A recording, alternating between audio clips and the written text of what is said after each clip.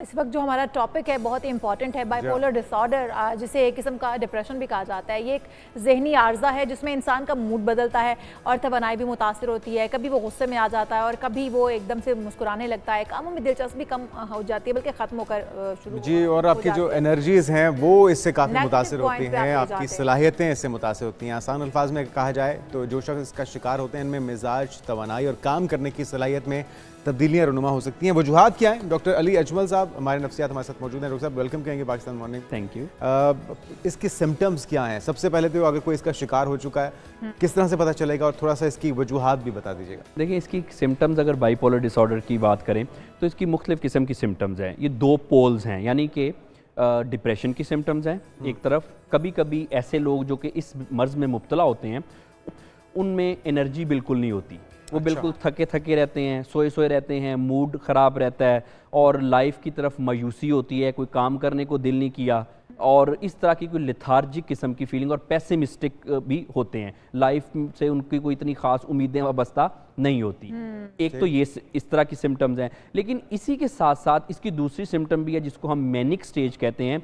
वो सिम्टम्स बिल्कुल ही इसके उलट हैं, यानी कि बहुत ज़्यादा एनर्जी है, बिहेवियर में बहुत ज़्यादा उछल कूद कर। की निशानी है 2 वाले की जी। देखिए, ये बाइपोलर की दो तरह की सिम्टम्स हैं। एक तो सिम्टम्स डिप्रेशन की जो अभी हमने बात की, और दूसरी जो सिम्टम्स हैं वो मेनिया की सिम्टम्स हैं। उसमें उसके बिल्कुल ही बरक्स सिम्टम्स हैं, यानी कि बहुत ज़्यादा एनर्जी होती है ऐसे लोगों में, एक जगह पे टिक के नहीं बैठ सकते, झगड़ा करेंगे। अच्छा, ये दो तरह के लोग होंगे या एक ही शख्स में ये दोनों चीजें भी हो सकती हैं? शख्स में ये दोनों कैफियत होंगी पॉसिबली। वो घड़ी तोला घड़ी माशा, वो जो मिसा वो एक मुहावरा है वो इन पे पूरा उतरता है। तो पॉसिबिलिटी ऐसा हो सकता है कि किसी में एक तरह की सिम्टम्स लेट से एक हफ्ते के लिए रहे और अगला हफ्ता जो है उसका वो उस तरह से गुजरे कि बहुत एनर्जेटिक है, फ्यूचर के बारे में बहुत ऑप्टिमिस्टिक है, बड़ा ओवर कॉन्फिडेंट है, एग्जैक्टली झगड़ा भी कर रहा है और एनर्जी जैसे कि उसमें कोई चीज़ें आ गई हों, एक जगह पे टिक के नहीं बैठना और बहुत ज़्यादा बोलना। अब आप देखिए कि इसमें होता है ऐसे है कि ये दो तरह की मुख्तलिफ सिम्टम्स हैं। एक सिम्टम्स में इंसान बहुत ही कम उसकी एक्टिविटी हो जाती है और दूसरी सिम्टम्स में बहुत ज़्यादा एक्टिविटी हो जाती है। अब बाइपोलर डिसऑर्डर हम तब कहते हैं जब एक टाइम में एक तरह की सिम्टम हो। फॉर इंस्टेंस कुछ मरीजों में ऐसा होता है कि एक हफ्ता एक तरह की सिम्टम्स रहती है, बड़े डाउन डाउन रहते हैं, नेक्स्ट वीक उनका एक्स्ट्रा ही कोई एक्साइटेड होता है। लेकिन ऐसा होता है इसका इलाज भी है, ट्रीटमेंट क्या इसकी, किसके पास जाना चाहिए, किस तरह से पता चलेगा कि ये आप बाइपोलर डिसऑर्डर का शिकार हो चुके हैं और अब इस डॉक्टर का इंतखाब करना चाहिए, माहिर नफ्सियात बेहतरीन रहेगा या कोई मेडिकेशन दूसरी लेनी पड़ेगी?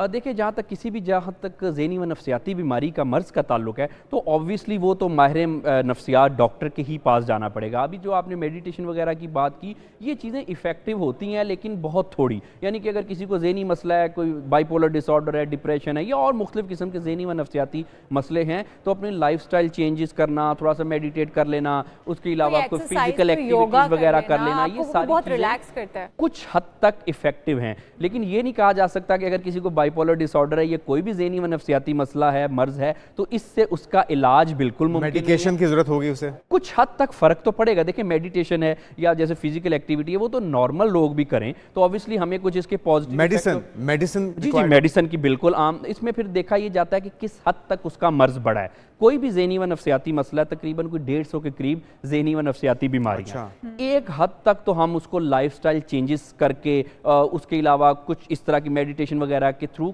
कंट्रोल कर सकते हैं। लेकिन एक हद से कोई भी ज़हनी व नफ्सियाती मसला बढ़ जाए, चाहे वो बाइपोलर डिसऑर्डर है, डिप्रेशन है, एंग्जाइटी है, स्ट्रेस है, उसमें फिर मेडिसिन के बगैर बढ़ने की बात आप कर रहे हैं, उसमें क्या किसी को आप नुकसान भी पहुंचा सकते हैं और आप अपनी फैमिली को, अपने दोस्तों के लिए भी आप नुकसानदेह हो सकते हैं? वो क्या एक्सट्रीम के सिम्टम्स? जी बिल्कुल नुकसानदेह हो सकते हैं। सबसे पहले तो बाइपोलर डिसऑर्डर में आमतौर पे सुसाइडल टेंडेंसीज भी हो जाती हैं लोगों में। उसके अलावा सबसे ज़्यादा इनका मसला ये होता है, अपने लिए बड़े नुकसानदेह होते हैं। किसी काम पे फोकस नहीं कर पाएंगे, काम अगर करना शुरू करेंगे तो हो नहीं पाएगा, थॉट्स इनके जो हैं एक जगह पे स्टिक नहीं रहेंगे, कभी ये सोचना कभी वो सोचना, लोगों के साथ इनके रिलेशनशिप ख़राब रहेंगे। गर्ज के जिस शख्स को कोई भी ऐसा मसला है उसकी ज़िंदगी का हर एक जो एरिया है वो इफ़ेक्ट होगा। ये तो अपने लिए नुकसान हो गए। लोगों की बात करें तो जैसे मैंने बताया कि रिलेशनशिप इनके ठीक नहीं रहते, झगड़ा वगैरह कर लेते हैं, बाज़ औक़ात लोगों के बारे में इनके जहन में अजीब व गरीब किस्म के वहम आ जाते हैं, जो कि आमतौर पर जब लोगों से डिस्कस करते हैं तो लोग भी ऑब्वियसली ऑफेंड हो जाते हैं। जाते हैं, वो तो ज्यादातर लोग नहीं समझते। ये सारी चीजें इस स्टेज पे इंसान पहुंचता क्यों है, वो क्या मुहर्रकात हैं, वो क्या वजूहात हैं जिसकी वजह से इंसान इस मर्ज का शिकार होता है, वो भी तो जाननी जरूरी है। बिल्कुल जी, ये ना मुख्तलिफ किस्म के फैक्टर्स हैं। ये आपने बहुत रेलिवेंट क्वेश्चन किया। बाज़ औक़ात इस चीज़ को कंफ्यूज किया जाता है कि इस पे कोई असर वसर कर दिया है, कोई जादू टोना हो गया। हालांकि ऐसी बात नहीं होती। ये जो हमारे ब्रेन के न्यूरोट्रांसमीटर हैं उसकी खराबी होती है। जैसे कि हमारे जिस्म में मुख्तलिफ मादे हैं, जैसे फ़र्ज़ करें खून की कमी जिस्म को हो गई तो दिमाग को भी कभी केमिकल्स की कमी हो जाती है, जिसकी वजह से ये मसला होता है। इसके जहाँ तक वजूहात की बात है, देखें कुछ ये जेनेटिक फैक्टर एक बहुत बड़ी वजह है। ये आमतौर पे फैमिलीज़ में होता है। अगर किसी के पेरेंट्स में किसी एक को बाइपोलर डिसऑर्डर या किसी भी किस्म का ज़हनी व नफ्सियाती मसला है तो चांसेस ज़्यादा है कि बच्चे में भी होगा। एक तो जेनेटिक फैक्टर हो गए, उसके बाद कुछ हमारे लाइफ के स्ट्रेसेस, लंबे अरसे के लिए परेशानियां अगर आती रहें, कोई ट्रॉमास, कोई बुरे वाक़यात आते रहें, या बचपन में अगर किसी के साथ कोई अच्छा बचपन ना गुजरे, कोई पेरेंट्स का अच्छा सलूक नहीं है, कोई घरेलू झगड़े हैं, या इसके अलावा कोई बचपन में बहुत मुश्किल हालात किसी ने देखे हों, तो इस वजह से अच्छा ये बच्चों में भी हो सकता है, क्योंकि हम बात करें जेनेटिक ये डिसऑर्डर जो है वो ट्रांसफर भी आगे होता है, तो क्या बच्चों में भी ट्रांसफर हो सकता है? जी बिल्कुल, बच्चों में आजकल बाइपोलर डिसऑर्डर काफ़ी हद तक कॉमन पाया जाता है। उसकी एक तो बड़ी वजह जेनेटिक फैक्टर है, और फिर दूसरा पेरेंट्स के झगड़े। अगर घर का माहौल हर वक्त रहेगा तो ऑब्वियसली बच्चे को स्ट्रेस तो होती है, और एक लंबे अरसे तक स्ट्रेस लेते लेते बच्चे को बाइपोलर डिसऑर्डर हो सकता है। आजकल तो जो घरेलू झगड़े हैं वो बच्चे में बाइपोलर डिसऑर्डर या कोई भी ज़हनी व नफ्सियाती मर्ज की सबसे बड़ी वजह है। इसमें आप देखें कि आजकल डिवोर्स रेट रिकॉर्ड पे है, खुला डिवोर्सेस हो रही हैं, जिसकी वजह से